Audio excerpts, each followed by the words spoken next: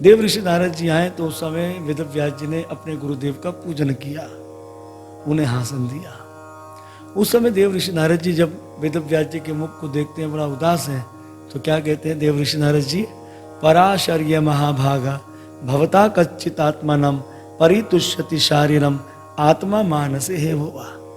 देव ऋषि नारद जी कहते हैं कि आपके पिता का नाम है पराशर ऋषि, और पराशर ऋषि कौन है? जो भूत भविष्य वर्तमान को जानने वाले। तो ऐसे ज्ञानी पिता के बेटा होने पर तुम इतनी चिंता मगन क्यों हो? तुमने एक वेद को 4 जगह पर बांट दिया, तुमने महाभारत की रचना करी, उपनिषद की रचना कर दी, 17 पुराणों की रचना कर दी, क्या कुछ कमी हो गई है? इसलिए तुम्हारा मुख उदास है।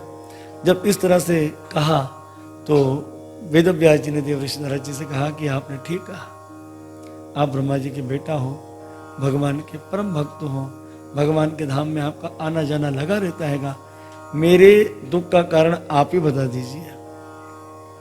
तो उस समय श्री सूत जी महाराज जी कहते हैं कि श्री देव ऋषि नारद जी ने कहा, भवतानुदत् प्रियम यशो भागवतम मनम याने वासु न तुष्यते मन्य तद्दर्शनम खिलम। आपने क्या कहा?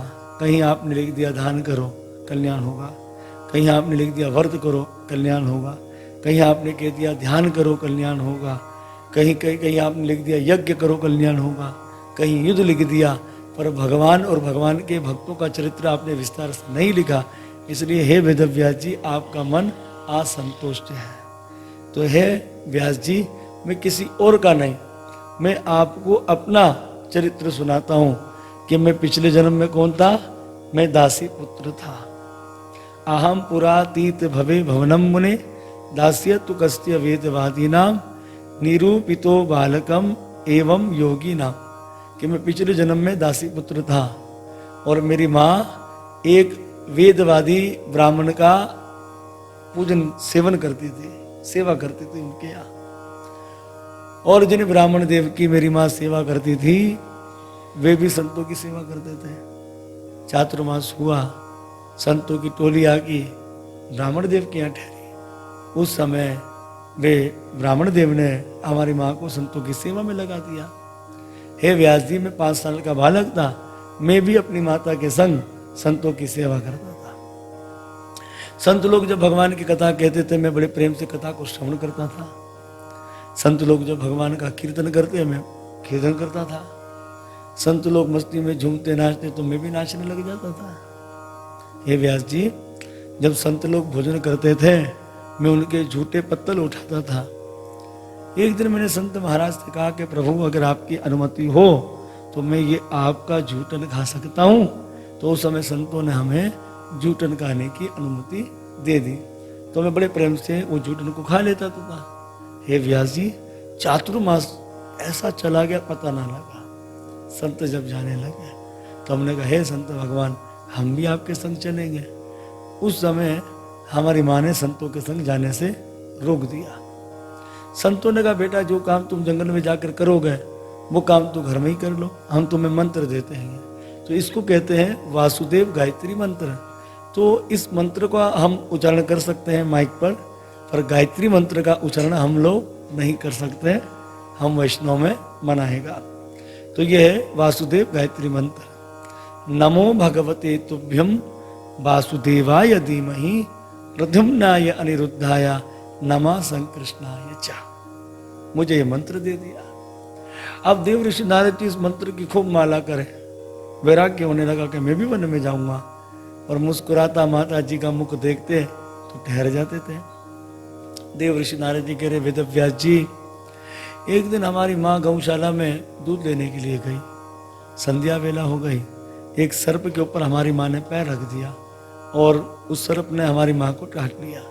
सर्प का क्या दोष? काल तो बड़ा विचित्र है, जिस समय आता है लेकर चला जाता है, काल से कोई बच नहीं सकता। हमारी माँ ने अपने पंच भौतिक शरीर का त्याग कर दिया। तो पंच भौतिक शरीर किसको कहते हैं? ये पंचायती धर्मशाला। 5 ज्ञान इंद्रियां, 5 कर्म इंद्रियां, 5 महाभूत, 5 तन्मात्राएं, मतलब 5 चीजों से बना हुआ ये शरीर है। ये पंचायती धर्मशाला है, ये त्यागना पड़ता है। इस तरह से देव ऋषि नारद जी कहते हैं, बच्चों ने आकर मुझसे कहा और मैंने अपनी माँ का अंतिम संस्कार कर दिया। जिस रास्ते संत गए थे हम भी उसी रास्ते पर चल दिए। तो सबसे पहले धनवानों की नगरी मिली। तो सबसे पहले भक्ति में क्या मिलेगा? धन, नाम, शौहरत, ये मिलेगा।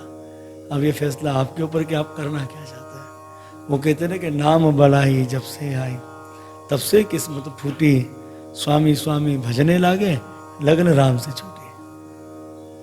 तो हमारा मन धनवानों की नगरी पर नहीं गया। हम आगे बढ़े तो बहुत भयंकर जंगल दिखलाई दिया। चीता, भालू, सिंह, ये सब पशु हमें दिखलाई दिए। पर हम तो भगवान के भरोसे जा रहे थे, उनके बल पर जा रहे थे, इसलिए हमें भय नहीं लगा। इसी तरह से भक्त जब भगवान के भरोसे चलता है उसे किसी बात का भय नहीं रहता है। तो हमें किसी प्रकार का कोई भय नहीं रहा। जब हम भयंकर जंगल को पार कर कर आगे बढ़े तो बड़ा सुंदर वन दिखलाई दिया। सुंदर नदी बह रही है, पीपल का वृक्ष। हमने कहा भजन करने के लिए यही सर्वश्रेष्ठ जगह है। तो देव ऋषि नारद जी वहीं आसन जमा कर बैठ गए। मंत्र का जप कर रहे थे तो उस वक्त जो है भगवान की रूप सुधा का दर्शन हुआ। माथे पर मुकुट, कानों में कुंडल, पीतांबरधारी, घुंघराले बाल, मद मद मुस्कान से भगवान अपना दर्शन दे रहे थे। अब देव ऋषि नारद जी के सोच रहे थे कि दर्शन बना ही रहे। हुआ क्या? उस वक्त दर्शन अंतर ध्यान हो गया। देव ऋषि नारद जी अटपटाने लगे। तो उस समय देव ऋषि नारद जी को आकाशवाणी सुनाई दी, नारद, इस जन्म में तुम्हें मेरा दर्शन नहीं मिल सकता, तुम्हारे अंदर कुछ खामियां हैं, तुम्हें अगले जन्म में मेरा दर्शन मिलेगा। तो देव ऋषि नारद जी ने आकाशवाणी से कहा कि जब जन्म नहीं देना था तो दर्शन क्यों दिया? तो बोले भाई दर्शन इसलिए दिया कि मेरे भक्तों ने मंत्र दिया था। अब तुम खूब मंत्र का जप करते हैं, हाँ, खूब माला करते हैं, चमत्कार दिखलाई नहीं देता, तो तुम क्या कहते हैं? मंत्र भी झूठा और संत भी झूठा। तो संत और मंत्र दोनों को सच्चा बताने के लिए मैंने तुम्हें अपनी रूप सुधा की चटनी चटा दी और तुम्हें दर्शन मुझे मेरा बाद में मिलेगा। तो देव ऋषि नारद जी को पता लगा कि भगवान मुझे अगले जन्म में दर्शन देंगे।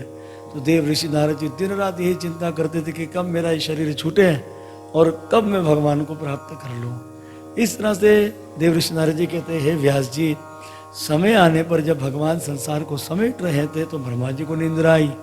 मैं ब्रह्मा जी में प्रवेश कर गया, ब्रह्मा जी भगवान में प्रवेश कर गए। समय आने पर जब भगवान ने अपनी नाभि से ब्रह्मा जी को पैदा किया तो ब्रह्मा जी की गोद से हमारा भी जन्म हो गया। हे व्यास जी, एक दिन झूमते हुए मस्ती में खूब कीर्तन करते करते हम भगवान के धाम चले गए, भगवान को नमस्कार किया। लक्ष्मी जी को जब नमस्कार किया तो उनके बगल में ही सुंदर वीणा पड़ी थी। हमने प्रभु से कहा, प्रभु ये वीणा हमें दे दीजिए, भजन तो करते हैं, अगर साज मिल जाएगा तो सुर से सुर मिलाकर गा लेंगे। भगवान ने कहा ले जाइए। अब देव ऋषि नारद जी तो वीणा पर भजन करते हुए चले गए। लक्ष्मी जी ने कहा, वाह रे वाह, हमारी वीणा दे दी। अरे भगवान ने कहा, धन्यवाद मेरे भक्त का, एक और तुम बेटी थी, एक और वीणा थी, भक्त ने वीणा को चुना, तुम्हें नहीं चुना। अगर तुम्हें चुनते तो हम बोलते ले जाइए आप इन्हें भी। ऐसे भक्त वत्सल भगवान को हम बारंबार नमस्कार करते हैं। हे देव ऋषि नारद जी, ये भगवान के भक्तों का संग और भगवान की कथा प्रसंग, ये शक्ति है कि दासी पुत्र में आज भगवान का आवेश अवतार कहा जाता हूँ, भगवान का हंस कहा जाता हूँ। इसलिए व्यास जी तुम ऐसे ग्रंथ की रचना करो इसमें भक्त और भगवान का चरित्र हो, अन्य कुछ ना हो। तो इस प्रकार से देव ऋषि नारद जी चतुर्श्लोक भागवत का उपदेश देकर चले गए। जीव तत्व, जगत तत्व, माया तत्व और आत्मा तत्व। अब चले गए। श्री शौनक जी ने सूत जी महाराज जी से पूछ लिया, हे सूत जी महाराज जी, अपने गुरुदेव ऋषि नारद जी के जाने के बाद वेद व्यास जी ने क्या किया? श्री सुखदेव गोस्वामी जी, श्री सूत जी महाराज जी कहते हैं, सूत जी महाराज जी से शौनक जी ने पूछ लिया कि अपने गुरुदेव देव ऋषि नारद जी के जाने के बाद वेद व्यास जी ने क्या किया? तो सूत जी महाराज जी कहते हैं कि भगवान वेद व्यास जी अपनी गुफा में प्रवेश कर गए और अपने शिष्यों को कहा कि आप सब लोग अब बाहर आइए, अब मैं ध्यान करूंगा। तो वेद व्यास जी गुफा में बैठकर जब ध्यान करने लगे, कितने श्लोक का? जीव तत्व, जगत तत्व, माया तत्व और आत्मा तत्व, चतुर्श्लोक भागवत का ध्यान करने लगे तो भगवान वेद व्यास जी को भगवान का दर्शन हो गया। तो भगवान का जब दिव्य दर्शन हुआ तो भगवान का दर्शन अंतर ध्यान हो गया। फिर वेदव्यास जी को भगवान की माया का दर्शन हुआ। जब वेदव्यास जी ने भगवान की माया को देखा कि लोग तड़प रहे हैं, कष्ट भोग रहे हैं, नरकों में गिर रहे हैं, उस समय वेदव्यास जी की समाधि खुल गई और भगवान वेदव्यास जी ने विचार किया कि यही ऐसा साधन करना चाहिए कि जीवों का कल्याण हो जाए। उस समय वेदव्यास जी समाधि में चले गए। चतुर्श्लोक भागवत का ध्यान कर कर कर वेदव्यास जी ने 18,000 श्लोकों का निर्माण कर दिया और ग्रंथ का नाम रखा श्रीमद् भागवतम महापुराण। फिर वेदव्यास जी ने विचार किया कि इसका प्रचार कौन करेगा। प्रचार तो वही करे जिसमें वैराग्य हो, और वैराग्य किसमें? हमारे बेटा में। और हमारा बेटा भी कहीं गिरी गुफा में तप करने के लिए निर्गुण निर्विशेष के ध्यान में बैठ गए। तो क्या करना चाहिए? उस समय भगवान वेदव्यास जी ने अपने शिष्यों को 2 श्लोक सुनाए। बोले जाओ तुम ग्राम, जंगल, गांवों में और पर्वतों की गुफाओं में श्लोक को गाओ, जा मेरा बेटा होगा सुनकर खिंचा चला आएगा। तो भगवान वेदव्यास जी के शिष्यों ने श्लोक गाया। पहला श्लोक था भगवान की सुंदरता के विषय में। मोटी मोटी कमल के जैसी भगवान के नेत्र हैं, घुंघराले बाल है, पीताम्बरधारी है, बड़ी दिव्य मुस्कान है, इतने सुंदर है भगवान के कामदेव भी मोहित हो जाए। सुखदेव जी की समाधि खुल गई, इतने सुंदर है। फिर सुखदेव जी विचार करने लगे कुछ लोग सुंदर बहुत होते हैं पर स्वभाव अच्छा नहीं होता है। तो दूसरा श्लोक तुरंत गा दिया भगवान के स्वभाव के विषय में। कैसा है भगवान का स्वभाव? कि अहो बकी हम स्तन काल कूटम जिगाम सयापा यदत् साध्वी लेभे गति धात्र चिताम ततोन्यम कम वा दयालु शरणम व्रजे हम।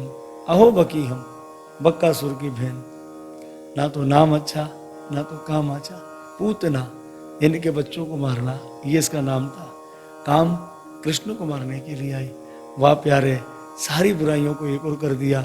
जो गति अपने भक्तों को दी वही गति भगवान ने पूतना को दे दी। ये सुनते ही श्री सुखदेव जी भावुक हो गए कि जो मारने आई उसे तार दिया, तो ऐसे दयालु भगवान को छोड़कर किसकी शरणागति में जाना चाहिए।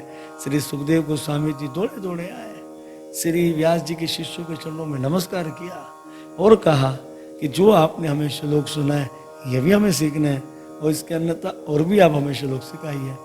तो भगवान वेदव्यास जी के शिष्यों ने कहा गुरुदेव ने हमें 2 श्लोक सुनाए थे, सिखाए थे, जो हमने सुना दिए। अगर आपकी इच्छा सुनने की तो चलो हमारे संग, हम तुम्हें लेकर चलते गुरु जी के पास। तो पहले वेदव्यास जी पीछे भाग रहे थे, बेटा घर चल। अब तो सुखदेव जी दौड़े दौड़े आ गए।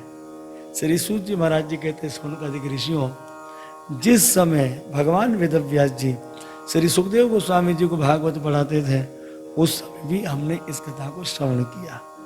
जब सुखदेव गोस्वामी महाराज जी ने राजा परीक्षित से इस कथा को कहा तब भी हमने इस कथा को श्रवण किया। ये कथा हमें याद हो गई तो अपने बुद्धि के अनुसार हम आपको भी कथा श्रवण कराएंगे। बोलो भक्त वत्सल भगवान की जय। सुखदेव जी कौन है? सुखदेव जी साक्षात महादेव है। इसका वर्णन हमारे पुराणों में आता है। अब जैसे कि स्कंद पुराण में लिखा है, नगर कांड के अंदर, एक समय भगवान वेदव्यास जी की इच्छा हुई कि हमारी भी पत्नी होनी चाहिए। तो जबाली मुनि के पास गए। तो जबाली मुनि की कन्या थी जिसका नाम था चिटिका, जिसका दूसरा नाम था पिंगला। इनसे विवाह हो गया। अब हुआ ये कि 12 वर्ष हो गए, कोई संतान का पता नहीं था। शंकर जी की तपस्या करी माता पिंगला ने। उस समय शंकर जी ही पुत्र के रूप के अंदर श्री सुखदेव जी बनकर आ गए। बोलो हर महादेव की जय। अरे शिव भक्तों को तो बड़ी दिलचस्पी से कृष्ण कथा को, भागवत कथा को श्रवण करना चाहिए, क्योंकि उनके ही इष्ट श्री महादेव जी सुखदेव जी बनकर आए और जिन्होंने ग्रंथराज भागवत की कथा को कहा। पूर्व पुराण में लिखा है कि विशेष पुत्र शक्ति, शक्ति पुत्र पराशर, पराशर पुत्र कृष्ण द्वैपायन और कृष्ण द्वैपायन के पुत्र हुए सुखदेव जी। सुखदेव ही भगवान शंकर जी हैं। पूर्व पुराण में लिख दिया है। महाभारत के शांति परमा में लिखा है भगवान वेदव्यास जी ने पुत्र प्राप्ति के लिए तपस्या की और शंकर जी से वर प्राप्त किया, और शंकर जी ही क्या बनकर आ गए? भगवान वेदव्यास जी के बेटा सुखदेव जी बनकर आ गए हैं।